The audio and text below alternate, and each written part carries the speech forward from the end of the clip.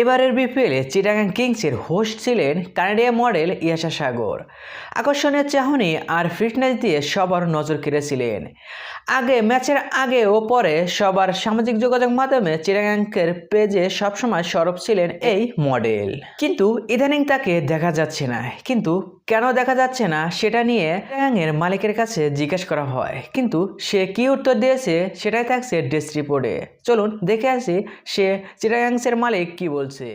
তবে গেল কয়েকদিন ধরেই এই উপস্থাপিকাকে স্টেডিয়ামে কিংবা সামাজিক যোগাযোগ মাধ্যমে দেখা যাচ্ছে না। পরে জানা যায় পারিশ্রমিক নিয়ে ফ্র্যাঞ্চাইজির কর্তৃপক্ষের সঙ্গে কিছুটা ঝামেলা ছিল। উকিল নোটিশ দিয়েছিল চিটাগাং মালিক পক্ষ।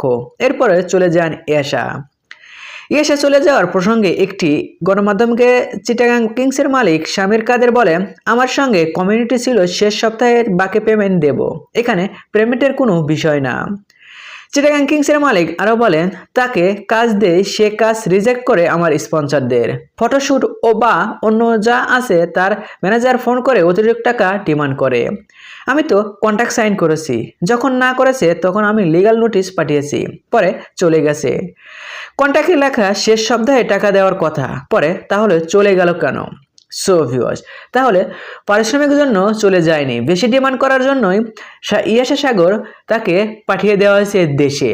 সো এই ভিডিওতে আপনার কি মতামত কমেন্ট বক্সে জানিয়ে দিন। আর হ্যাঁ, খেলাধুলার সকল খবর পেতে চ্যানেলটি সাবস্ক্রাইব করুন। ধন্যবাদ।